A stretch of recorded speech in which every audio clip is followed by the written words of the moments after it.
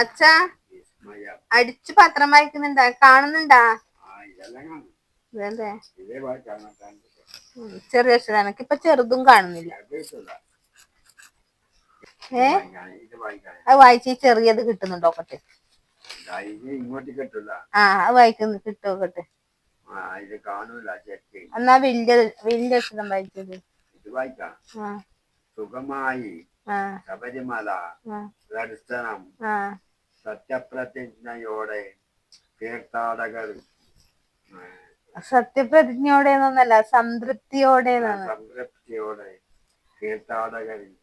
എന്തെല്ലാം കെട്ടിക്കൊണ്ട് കൊടുക്കുന്നത്? കെട്ടിക്കൊണ്ട് കൊടുത്തു കഴിഞ്ഞാലും കണക്കന്നെ. ഇതാ അരിയേ എങ്ങനെ തിരക്കുണ്ടായി, അതാ വൈകി.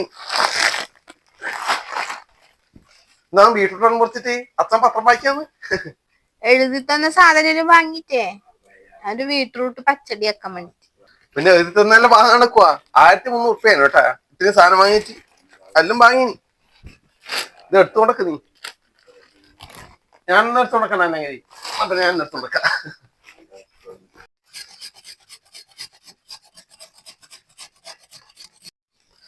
എന്തും വേലാന്ന് വെയിൽ ഉദിക്കുമ്പം. 2 ദിവസമായിട്ട് വെയില് കുറവല്ലേ? വെയിലുണ്ടാകും. മഴപ്പുറത്തിന്റെ പേരില് ഭയങ്കര ചൂടാവും.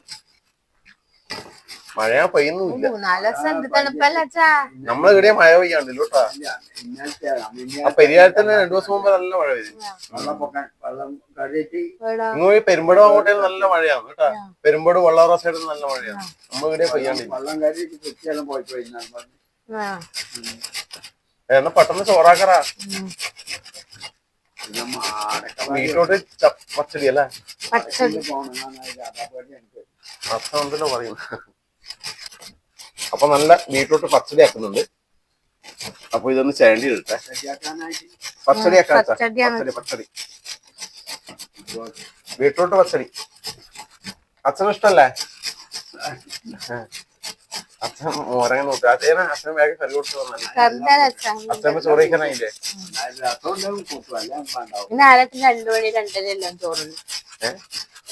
ഇതാവട്ടെ ചെന്നാല് ഇതാവട്ടെ വേക്കാവുക. 1:30 മണിയായി. 1 മണി കഴിഞ്ഞിട്ടുണ്ടോ? 1 മണിയായി. 1 മണിയാ. 1.5 മണിക്കൂർ സമയം 1:30 ആണല്ലേ? 1:45. അല്ലച്ചാ 1:30 അച്ഛന് സമയം. അച്ഛന്ന് മേലോട്ട് നോക്കുന്നത്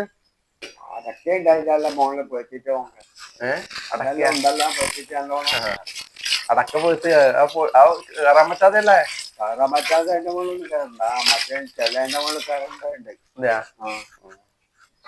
അടക്ക പോത്തിട്ടുണ്ട് അച്ഛൻ. അതായിപ്പം വിഷമം. അടക്ക പിടിക്കാതുണ്ട്. അച്ഛാ ആ കറി ആവണെങ്കിലേ കുറച്ച് വൈകും. നിങ്ങൾ ഇത് കൊണ്ടുപോയിക്കോ, വൈകുന്നേരം തരാം. എന്താ കറി? ഇത് മത്തിയാന്നേ, കുഞ്ഞു മത്തിയാന്നേ. ഇതാ കുഞ്ഞു മത്തി. കുഞ്ഞു മത്തിക്കറി. കുഞ്ഞു മത്തിക്കറി ഇത്രയും ഉണ്ടായിട്ട് കൊണ്ടുത്തരണ നോക്കണേക്ക്. അപ്പൊ ഈ കറി ആവുന്നത്ര കഴിഞ്ഞ് വൈകുന്നേരം കൊടുക്കാം അല്ലെ? അച്ഛന് കൃത്യം 1:30 ഒരു ഭക്ഷണം കഴിക്കും. ഉണ്ടല്ല, എല്ലാം വൃത്തിയാക്കണം. നിങ്ങളിപ്പ ആ മേലെ കേറിയിട്ട് ആ കൊത്തുന്നുണ്ടായത് അല്ലേ? ഇപ്പൊ ആ മേലെ കേറിയിട്ട് ആ കൊമ്പ് കൊത്തുന്നുണ്ടായത്.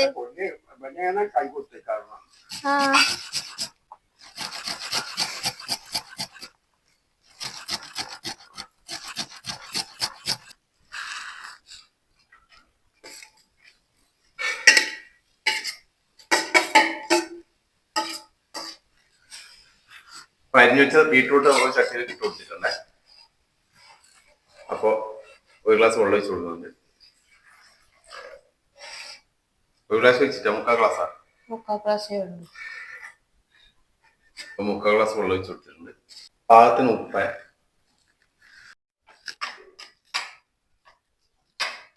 ബീട്രൂട്ട് പെട്ടെന്ന് പോകുമ്പോ അല്ലേ?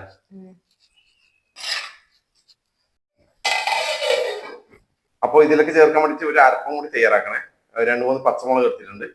നമ്മുടെ തേങ്ങ ചെറിയത്, ജീരക. അപ്പൊ ഇത് നല്ല പേസ്റ്റ് രൂപത്തിൽ നിന്ന് അരച്ചെടുക്കട്ടെ.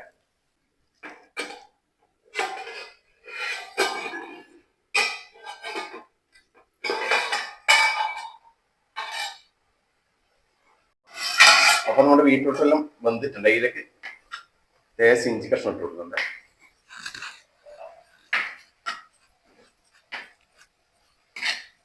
ഇനി നമ്മുടെ അരപ്പും കൂടി ചേർത്ത് കൊടുക്കുക.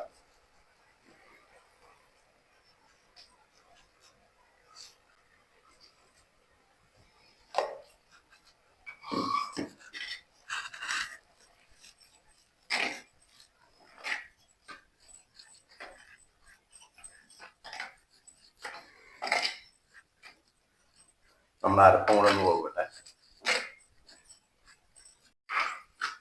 അപ്പൊ നമ്മുടെ ബീറ്റ്റൂട്ടിന്റെ വെള്ളം വെച്ചിട്ടുണ്ട്.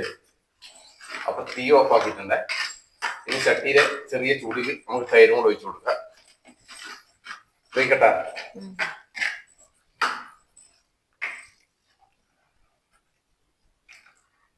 ഓക്കെ, ആ ചട്ടിയിലെ ചെറിയ ചൂടിൽ ആവട്ടെ.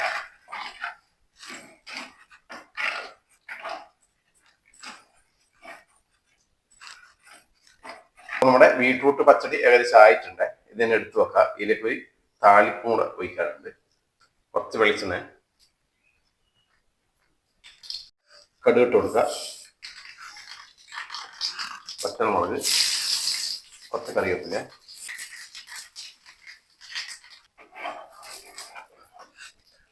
അപ്പൊ ഇതും കൂടെ നമ്മുടെ പച്ചടിയിലേക്ക് ഒഴിച്ചു കൊടുക്കുക. ഓക്കെ,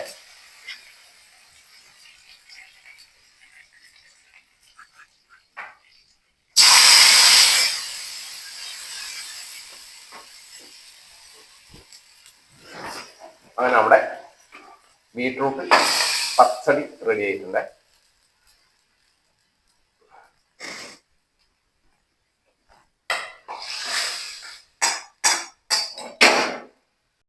അങ്ങനെ ഇന്നത്തെ ചോറയിക്കലായി. അപ്പോൾ കുഞ്ഞു മത്തിക്കറിയുണ്ട്, ചെറിയ മത്തി പൊരിച്ചതുമുണ്ട്. അപ്പോൾ ഇന്നത്തെ സ്പെഷ്യലി നമ്മുടെ ബീട്രൂട്ട് പച്ചടി.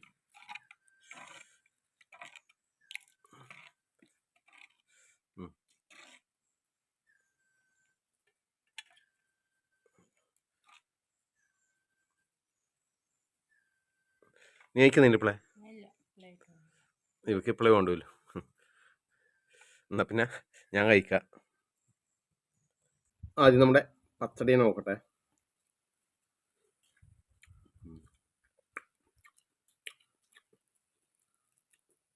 സൂപ്പർ പച്ചടി കേട്ടോ.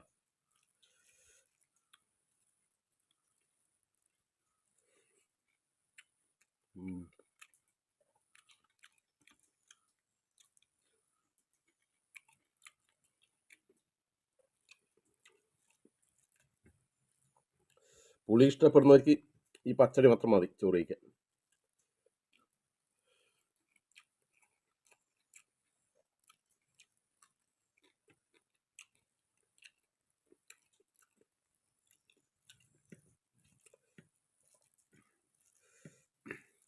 കുറച്ചും കൂടെ കട്ടിപ്പച്ചടി അങ്ങനെ തൈര് കുറച്ചും കൂടെ കട്ടിയിലെ തൈര് ഒഴിച്ചാൽ മതി. ഇങ്ങനെ കട്ടിപ്പച്ചടിയാവും.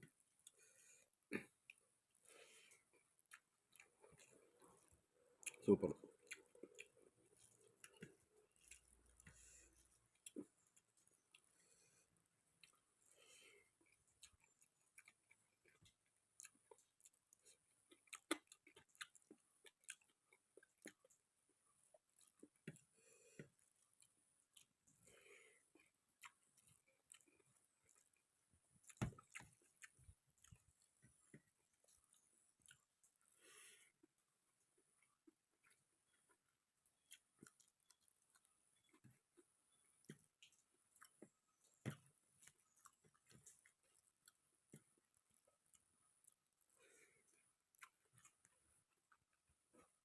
എന്നാ പിന്നെ ഞാൻ ആസ്വദിച്ച് കഴിക്കട്ടെ. ഓക്കെ.